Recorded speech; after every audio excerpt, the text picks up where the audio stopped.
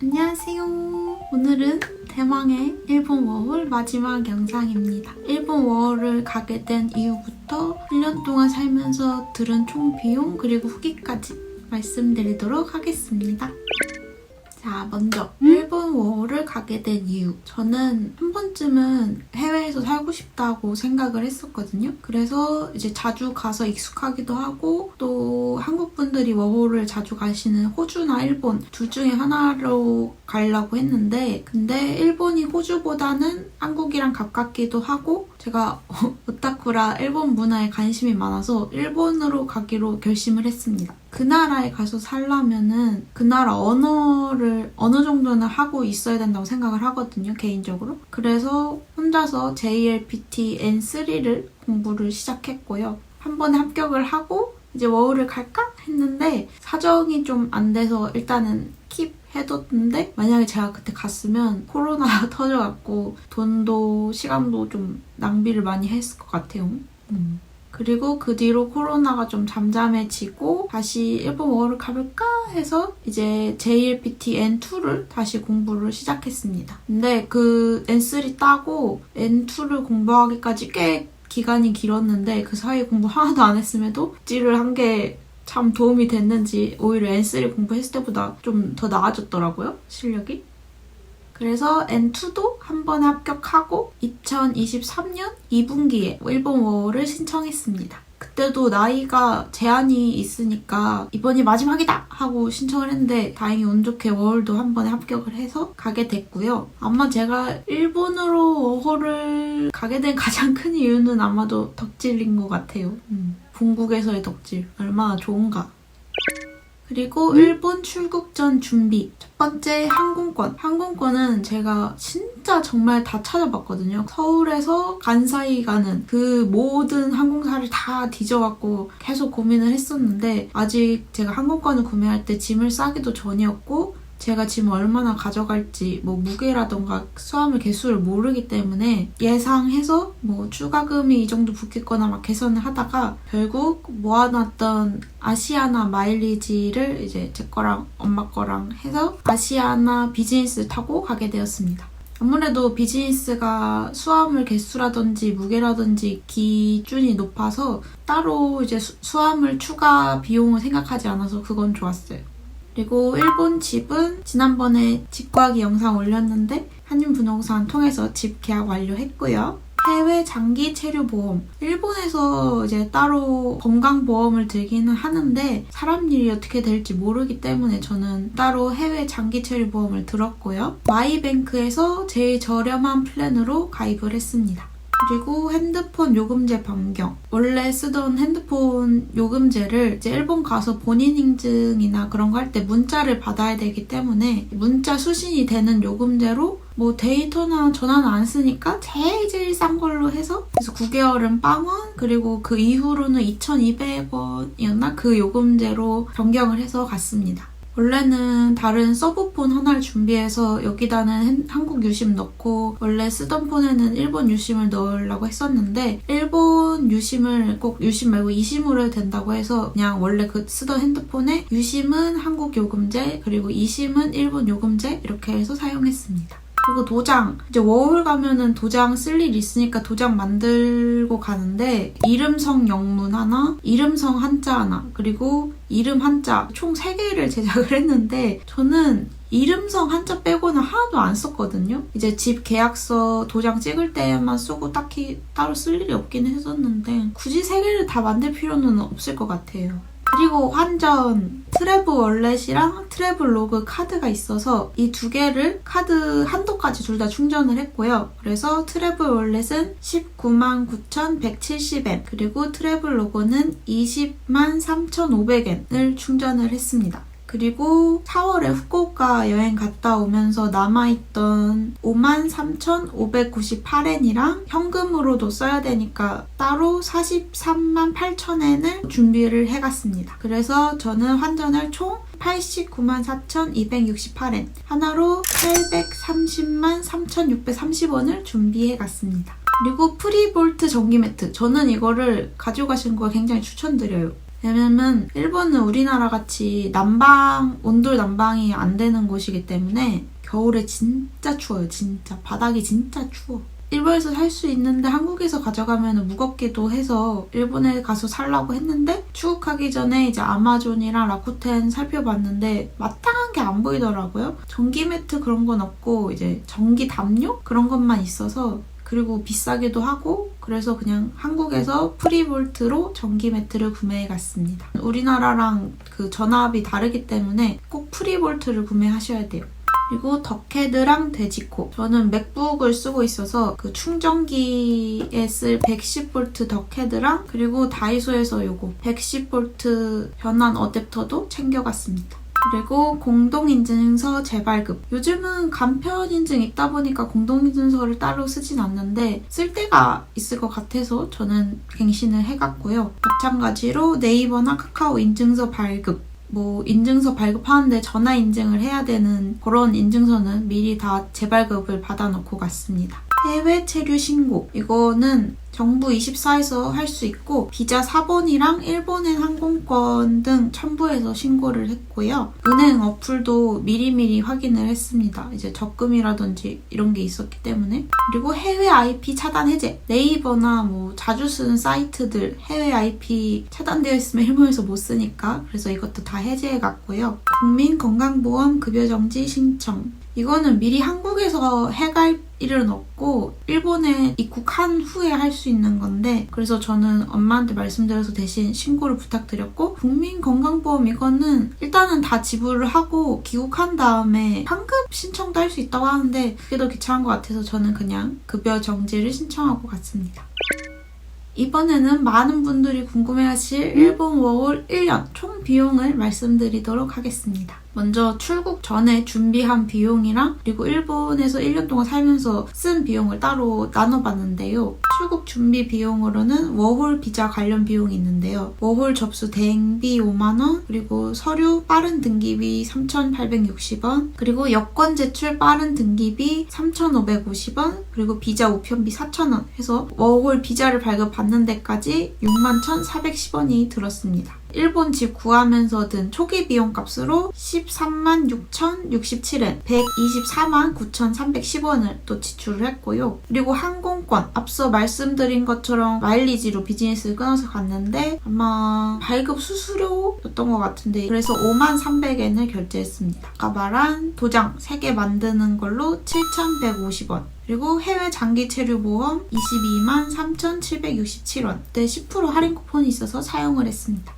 EMS 소포비, 짐들을 우체국 EMS로 보내는데 저는 3박스를 보냈고요. 총 17만 3,750원이 들었습니다. 그리고 e심, 일본 도착해서 핸드폰 개통하기 전까지 쓸 e심을 4,500원으로 구매를 했고요. 그리고 간사이공항 도착해서 남바까지 갈 리무진 버스 9,595원. 그리고 28인치 캐리어가 없어서 72,000원 주고 구매를 했고요. 프리볼트 전기 매트로 24,000원, 침대, 매트리스, 책상, 의자, 커튼, 행거, 빨래건조대 이런 아마존이랑 라쿠텐에서 41,506엔. 이제 쿠팡에서 그리고 다이소에서 식료품이나 생활용품 샀는데 이건 따로 기록을 안 해서 얼마인지 잘 모르겠고 그래서 총 187만 5,785원에다가 41,406엔 그래서 약 228만 9,845원을 워홀 준비 비용으로 사용했습니다. 이번에는 일본에서 1년 동안 살면서 쓴 비용을 말씀드리도록 하겠습니다. 먼저 이제 공과금이랑 고정지출로는 공과금, 전기, 수도, 가스비가 나갔는데요. 근데 제가 마지막에 타치아이 하고 나가면서 마지막 달 쓴 공과금은 그때 수도인가? 수도는 그 자리에서 현금으로 드렸고 전기랑 가스는 그 자동 결제 해놔갖고 거기서 나갔는데 마지막 달은 얼마나 나간지 잘 몰라요. 기억이 안 나갖고 그래서 일단 전기 1년 동안 1,953엔 그리고 수도는 12,993엔 그리고 가스는 959엔을 사용해서 공과금으로 1년 동안 23,905엔 그리고 플러스 마지막 달 해서 약 26,000엔을 사용했습니다. 26만원 정도? 근데 저는 이제 라인페이 포인트도 썼고 그리고 그때 수도가 23년 12월까지는 기본 요금만 내게 돼 있었어요. 그래서 막 한 달에 44엔? 이렇게 나와갖고 좀 적고, 그리고 제가 집에서 샤워를 안 하고 거의 헬스장에서 운동하고 샤워를 하고 다녔기 때문에 수두세나 뭐 이런 게 딱히 많이 안 들었습니다. 그리고 야칭. 야칭은 이제 초기 비용으로 냈던 8월 하루치랑 9월 한 달치, 그리고 나머지 11개월 야칭이랑 송금 수수료 다 해서 총 74만 7,827엔을 지불했습니다. 약 야칭으로 거의 한 750만 원 정도 썼던 것 같아요. 그리고 건강보험료. 건강보험료가 막 낮을 때도 있고 높을 때도 있고 그렇더라고요. 그래서 평균 한 2,350엔 정도고, 건강보험증 만들 때 건강보험료 고지서를 한 번에 1년치를 다 주셨고, 이거를 미리 그냥 다 지불하시는 분도 계시는 것 같던데, 저는 그냥 납부일 맞춰서 그냥 한 달에 한 번씩 지불을 했습니다. 건강보험증 만들러 이제 구약소 가면은 처음에 만들면은 한 달만 쓸 수 있는 건강보험증을 주시고, 그리고 그 뒤에 진짜 건강보험증이 우편으로 날라왔습니다. 그래서 건강보험료는 총 25,509엔을 지불했습니다. 그리고 헬스장 이용료. 이거는 안 쓰시는 분은 안 나가는 돈이겠죠? 저는 이제 일주일은 무료 체험이었고, 첫 달 이용료는 야칭처럼 그 N1분 계산을 해서 지불하고, 그리고 이제 초기 비용으로 회원 등록비로 5,500엔을 냈습니다. 5만 원 정도를 등록비로 지불했고, 그리고 뭐 2개월 할인이 있었고, 기본 요금은 7,698엔이었어요. 한 8만 원 정도? 한 달에 8만 원? 이제 제가 다니던 헬스장이 이제 제가 끝날 때쯤에는 바뀌어갖고, 이제 모든 지점을 사용하는 요금제 따로, 그리고 한 지점만 지정해서 쓰는 요금제 따로 돼서 마지막 달은 또 4,378엔 이렇게 내갖고 총 헬스장 이용료로 78,532엔을 지불했습니다. 헬스장비로 거의 한 1년 동안 거의 80만 원 정도 썼네요. 공과금, 야칭, 건강보험료는 저는 라인페이로 지불을 했고요. 고지서에 이제 바코드 있어서 라인페이로 읽어서 지불했고, 편의점 가서 지불하셔도 돼요. 야칭은 라인페이 송금을 했는데 송금 수수료가 무려 176엔, 1,700원 정도 따로 들었습니다. 그때 제가 알아봤을 때 편의점에서 지불하면은 수수료가 440엔인가? 그랬던 것 같아서 부동산에 여쭤봐서 그나마 제일 싼 방법으로 라인페이 송금을 했던 것 같아요. 그리고 따로 월별 지출액. 입국한 8월에는 4671엔, 177,214엔, 157,261엔, 255,6,686엔, 167,856엔, 228,082엔, 152,733엔, 151,670엔, 208,131엔, 169,554엔, 239,412엔, 149,691엔, 152,250엔. 그래서 일본 월 총 비용은 약 2,404만 1,285원을 썼습니다. 제가 워홀 1년살이 비용이 좀 높게 나온 이유 중에 하나가 국내 여행을 정말 많이 다녀서 그런데요. 아카야마, 도쿄, 오키나와, 도쿄, 나라, 가고시마, 미야자키, 홋카이도, 고베, 히메지, 구마모토, 후쿠오카, 기타큐슈, 마츠야마, 홋카이도, 도쿄, 나고야, 고베, 오카야마, 구라시키, 교토나 여기저기 다닌 거 해서 총 17곳, 22번 여행을 다녔고요. 1년 동안. 저는 일본에 있는 동안 금전적, 시간적 여유가 되신다면 꼭 가보시는 걸 추천드립니다. 왜냐하면 한국에서 오고 가는 것보다 비용이나 시간 절약이 훨씬 많이 되기 때문인데요. 왜냐하면 당연히 비행기값 싸고요. 그리고 출입국 할 때도 한국에서 일본 가려면은 출국 갈 때도 심사 받고, 일본 와서 또 입국 심사 받아야 되는데 일본 입국 심사 진짜 오래 걸리잖아요. 잘못 걸리면. 근데 이제 국내 여행 하면은 그런 게 없고 딱 짐 검사만 하고 얼마나 편합니까? 다만 이제 워홀 비자인 경우에는 면세가 안 됩니다. 그래서 쇼핑할 때 면세가 안 되는 이런 점은 좀 불편하긴 한데, 저는 쇼핑 잘 안 하고 뭐 사봤자 인형 사갖고 그냥 정말 갖고 싶은 인형 있으면 그냥 하나하나 이렇게만 샀기 때문에 뭐 면세가 크게 상관이 없었고, 그리고 오사카에서 비행기 탈 때 간사이 공항 말고 이타미 공항이 또 있거든요. 남바에서 이타미 공항까지 그렇게 멀지 않고 또 간사이보다는 비교적 한산하고, 그러니까 비행기 알아보실 때 참고하시면 좋을 것 같아요. 저는 간사이보다 이타미 공항이 더 좋았습니다. 그리고 일본에서 알바. 저는 원래 일본에서 알바할 생각이 딱히 없었습니다. 왜냐면은 프리랜서로 일을 하고 있기 때문에 굳이 금전적으로 부담될 게 없었어서. 근데 이제 뭐 시간이 된다면은 하루나 단기 알바 정도는 하고 싶다고 생각은 했었는데, 제가 영상 봐주시는 분들은 아시다시피 디저트 달달구리 엄청 좋아하잖아요. 그래서 한번 남바 오렌지 스트릿에 갈 일이 생겼어요. 그래서 이제 구글 지도 켜서 요 근처 먹을 거 뭐 있나 찾아보니까 스콘집이 있어서 가게 됐는데 거기 사장님이 마침 한국분이셨던 거예요. 그래서 저한테 알바 해보지 않겠냐고 먼저 제안을 주셔서 좀 생각을 해보겠다 하고, 제가 프리랜서로 일을 평일에 하기 때문에 뭐 여행이라던가 무슨 약속을 다 주말로 잡았거든요. 근데 주말 알바를 하는데 한 달에 해봤자 8번? 하는 거를 한 주 빠지면은 좀 그래서 거절을 할 생각으로 다시 사장님을 찾아뵀는데 사장님이 상관없다고, 일본에서는 알바를 시프트를 한 달 전에 미리 짜기 때문에 한 달 전에 언제 빠지는지 미리 말만 해주면 괜찮다고 하셔서 뭐 어찌저찌 해서 알바를 시작하게 됐습니다. 그래서 저는 매주 주말, 토요일, 일요일 12시부터 4시까지 4시간 일을 했고요. 시급은 기본 시급으로 1,064엔을 받았습니다. 일본은 시급이 지역마다 다 달라요. 근데 그때 오사카 최저 시급이 1,064엔이었습니다. 교통비도 다 지원을 해주셨고요. 이제 한번 출근하고 퇴근하면 하루에 580엔이었는데 그래서 580엔까지 교통비를 전부 다 지원해 주셨습니다. 한국에서 음식점이나 대형마트, 레스토랑 이런 알바는 해봤는데 카페 알바는 일본에서 처음 해봐가지고 좀 떨렸는데 음료 만드는 거는 계속 반복하다 보니까 금방 익숙해서 좋았고, 처음에는 막 포스기 입력을 해야 되는데 이걸 엄청 버벅거렸거든요. 왜냐하면 이제 스콘을 봐서 이게 무슨 스콘이구나, 만약에 뭐 오레오 스콘이면 오레오 스콘이구나 파악을 하고 머리에서 오레오 스콘을 가타카나로 변환을 해서 포스기에서 그 가타카나 오레오라고 쓰여진 거를 찾고, 이 과정이 진짜 처음에 막 버벅거리고 그랬는데 이것도 계속 일하다 보니까 익숙해져갖고 나중에는 뭐 그냥.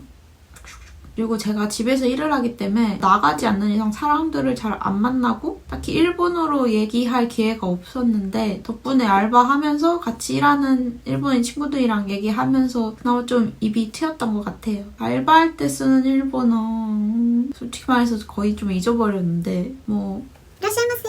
店内でご利用ですか？お持ち帰りですか？ご会計〇〇円です。〇〇円お預かりします。レシートはご利用ですか？〇〇円のお返しです。ありがとうございます。요 정도가 그냥 딱 기본 그거고, 뭐 잘 모르는 거는 같이 일하는 일본인 친구들한테 물어보거나 제가 알바한 이유로 매장에 가거나 뭘 살 때 그 직원분이 저한테 뭐라고 말씀하시는지 되게 귀담아 듣게 되더라고요. 그래서 이럴 때는 이렇게 말씀하시는구나 해갖고 알바할 때 써먹기도 했습니다. 근데 진짜 일본어는 안 쓰면은 금방 까먹는 것 같아요. 생각해보면 딱히 알바할 때 전 면접도 안 봤거든요. 그냥 사장님이랑 스몰 토킹 하듯이 그냥 얘기만 했고, 제 일본어 실력도 어느 정도인지 제대로 하긴 안 하셨었는데 알바 제안을 주셨다니 정말 감사합니다. 제가 거기 스콘집 첫 한국인 알바생이었는데 저 이후로 되게 한국인 알바생분들이 많아졌다고 같이 일했던 친구한테 들었어요. 그리고 한국에서는 알바하면은 평일 알바, 주말 알바, 뭐 오전 오후 이런 식으로 딱 정해져 있어서 그 시간엔 출근을 해야 되잖아요. 근데 일본은 그게 아니라 시프트를 미리 한 달 전에 짜갖고 요날 뭐 안 되고 요날 돼요 하면 내가 되는 날만 시프트를 짜주시기 때문에 이런 점은 참 좋았던 것 같습니다. 근데 내가 뭐 이때 하고 싶다고 무조건 다 할 수 있는 건 또 아니기 때문에 돈을 버는 게 목적이시면은 보통 알바를 2개 이상 하시는 것 같아요. 알바하면서 가장 기억에 남았던 날은 저희 가게가 쿄세라돔 근처여서 이제 쿄세라돔에 공연이 있는 날에는 사람들이 좀 많거든요. 근데 제가 이제 출근하려고 걸어가서 횡단보도 기다리고 있는데 나 아직 출근도 안 했는데 벌써 가게 앞에 줄 막 서 있고 사람 엄청 많은 거예요.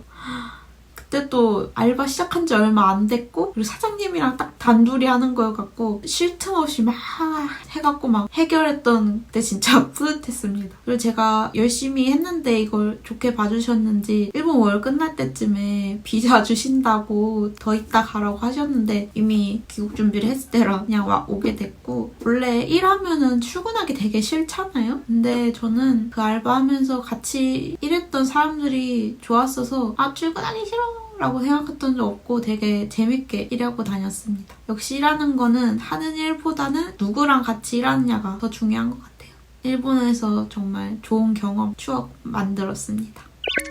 일본 월 지원할 때 계획서를 작성할 때 제가 거기다 버킷리스트 5개를 적어놨거든요. 과연 그 5개를 이루었을까? 버킷리스트 보면 첫 번째, 나니와단시 콘서트 관람 했습니다. 근데 보통 일본에서는 콘서트라고 안 하고 라이브라고 많이 표현을 하는데 애초에 제가 일본에 있는 1년 동안 나니와단시가 라이브 공연을 할지 알 수도 없었고 그리고 한다고 해서 내가 당첨이 될 수 있을 거라 생각은 안 했는데 정말 운이 좋아서 당첨이 돼서 갔다 왔고 역시 좋아하는 사람은 한 번은 내 눈으로 직접 보는 게 좋은 것 같아요. 그리고 두 번째, 고시엔 프로야구 관람. 제가 다이에이를 정말 재밌게 봤는데 뭐 일본 야구 만화 보면은 꼭 다들 고시엔을 그렇게 가고 싶어 하는 거예요. 그리고 또 야구 팬으로서 일본에 있는데 한번 기회가 된다면 꼭 가보자 해서 고시엔은 예매를 해서 친구랑 같이 보러 갔었고 그리고 프로야구는 보더라도 한신 타이거즈 경기를 보고 싶었어요. 같은 타이거니까. 근데 홋카이도 갈 때 딱히 할 일정도 없었고 그리고 거기에 에스콘필드가 되게 새로 지어진 좋은 구장이라 그래서 구경할 건 가볼까 해서 갔었다가 재밌게 경기도 봤었고 그리고 운 좋게 23년 11월에 도쿄에서 APBC 열려갖고 국제 경기도 보고 볼 야구 경기라고는 다 봤네. 근데 한신 타이거즈 경기 보고 싶었는데 근데 한신이 인기가 엄청 많아갖고 표 구하기도 어려웠고 일정도 안 맞았고 다음에 기회 되면은 보러 가야겠다. 그리고 세 번째, 봄, 여름, 가을, 겨울 축제 즐기기. 원래는 2월에 삿포로 갔을 때 눈 축제를 보려고 했는데 같이 가는 친구 일정이 안 맞아서 그 전인가? 끝나고인가 가갖고 눈 축제는 못 즐겼고 여름 축제는 여름에 나가고 싶지 않았어. 밤이어도 나가고 싶지 않았어. 사람도 너무 많기도 하고 근데 만약에 친구가 가자고 했으면 갔을 것 같은데 혼자서는 가고 싶지 않아서 안 갔고 대신 이제 벚꽃은 많이 봤습니다. 네 번째, 신칸센 타고 지역 이동. 지역별 독특한 에키벤, 도시락 먹기. 신칸센 타고 도쿄도 갔고 나고야도 갔고 그리고 어디지? 오카야마 갔을 때도 신칸센 타고 갔던 것 같은데 그래서 뭐 신칸센은 많이 탔고 근데 도시락은 안 먹었습니다. 별로 딱히 봤을 때 맛있어 보이지가 않아서 그리고 좀 비싸기도 했고 그래서 에키벤은 안 먹었고 근데 도쿄는 가능하면 신칸센보다는 비행기 타고 가시는 걸 추천드립니다. 왜냐면 신칸센은 비싸니까. 마지막 다섯 번째, 지역 모임 참가해서 일본인 친구 만들기. 간사이弁배우고 싶어? 지역 모임은 참가 안 했고요. 대신 일본인 친구가 한번 한일 문화 교류 모임을 주최했던 적이 있는데 거기는 한번 참가를 했습니다. 근데 딱히 그 모임 이후로 계속 인연이 된 사람은 없었고 친구는 알바하면서 사귀었던 것 같아요. 친구들이 다 오사카 출신이었는데 딱히 간사이弁안 써서 간사이弁도 배운 게 없고 그냥 간사이弁덕질하면서밖에 안 배우는 것 같아요. 제가 아는 간사이弁난데야냉밖에 없습니다. 계획해서 작성할 때는 딱히 버킷리스트를 꼭 1년 동안 이뤄야지? 라는 생각으로 쓴 게 아니라 그냥 뭔가 있어 보이려고 집어넣었던 건데 지금 이렇게 따져보니까 나름 다 이룬 것 같아서 뿌듯합니다. 일본 워홀 추천? 비추천? 저는 추천입니다. 굳이 일본이 아니더라도 1년 정도는 해외에서 살아보는 거 좋은 것 같아요. 그리고 무엇보다 일본은 우리나라랑 가까우니까 뭐 비행기 2시간이면 왔다 갔다 하기도 하고 같은 아시아 동양권 국가라서 제가 입만 안 열면 내가 일본인지 한국인인지 몰라. 그것도 저 나름 장점이라고 생각을 하거든요. 그리고 개인적으로는 워홀 가능한 다른 나라들에 비해서는 비교적 마음 편히 지원할 수 있는 국가라고 생각합니다. 그리고 특별히 추천한다면은 일본 문화 오타쿠분들? 진짜 본국에서 덕질을 하면은 덕질의 질이 달라집니다, 진짜. 이게 한국에 있다가 일본에 갔을 때는 역시 일본 좋네? 였는데 일본에 있다가 한국 오니까 일본에 있었으면 좋았을 텐데 일본에 있었으면 지원할 수 있었을 텐데 이런 게 너무 많아지니까 진짜 덕질은 본국이 최고다. 그리고 비추천이라기보다는 일본에 오셔서 사실 거면 일본어를 어느 정도 공부를 하고 오시는 게 좋지 않나라고 생각합니다. 적어도 히라가나 가타카나를 보고 읽을 줄 알고 그리고 숫자 정도 1, 2, 3 이거는 할 줄 알아야 된다고 저는 생각을 해요. 뭐 입국할 때 재료카드 받아야 되지, 집 계약하고 수도, 전기, 가스 이런 검침분 오시지, 그리고 워홀 3대장 할 때도 일본어 투성이지, 뭐 365, 24시간 내내 같이 있어줄 일본어 잘하는 사람이 있으면 뭐 알아서 하는데 스스로 좀 답답하고 그렇지 않을까요? 살면서? 그냥 개인적인 생각으로는 그 나라에 가실 거면 그 나라 언어를 현지인처럼 막 샬라샬라는 못해도 어느 정도는 할 수 있어야 된다라고 생각을 합니다. 그리고 일본 워홀이 1년이라고는 하는데 꼭 1년에 안 채워도 되니까 너무 부담 갖지 마시고 도전해보시면 좋을 것 같습니다. 일본 워홀 후기 좀 아쉬운 거라면은 일찍부터 일본 워홀 생활을 좀 기록을 해놨으면 어땠을까? 영상으로. 제가 초반에는 이제 글을 썼었는데 아예 아무 기록이 없는 것보다는 물론 글이라도 사진이라도 기록이 있는 게 좋긴 한데 그때 그 생생함을 담을 수 있는 건 영상이더라고요. 그래서 그게 조금 아쉽고 그리고 좀 더 많이 나가고 다양한 사람들을 만나볼 걸 후회도 되지만 제 성격상 혼자가 좋은 사람이라 그리고 또 나가면은 돈을 쓰게 돼서 다시 돌아간다고 해도 많이 나을 것 같지는 않고 제가 살면서 혼자 해외에서 살아볼 기회가 얼마나 있을지 저는 일본 워홀 갔다 온 거 후회 전혀 없고 오히려 잘했다고 생각합니다. 과거에는 잘했어. 그리고 일본에서의 삶이 또 저랑 되게 잘 맞았어서 만약에 일본에서 다시 살 수 있는 기회가 생긴다면 가고 싶어요. 일본 워홀, 이제 워홀 비자로는 한 번밖에 발급이 안 되니까 못 가겠지만 기회가 된다면? 네, 이렇게 제 일본 워킹홀리데이를 마무리하겠습니다. 진짜 이제 끝! 봐주셔서 감사합니다.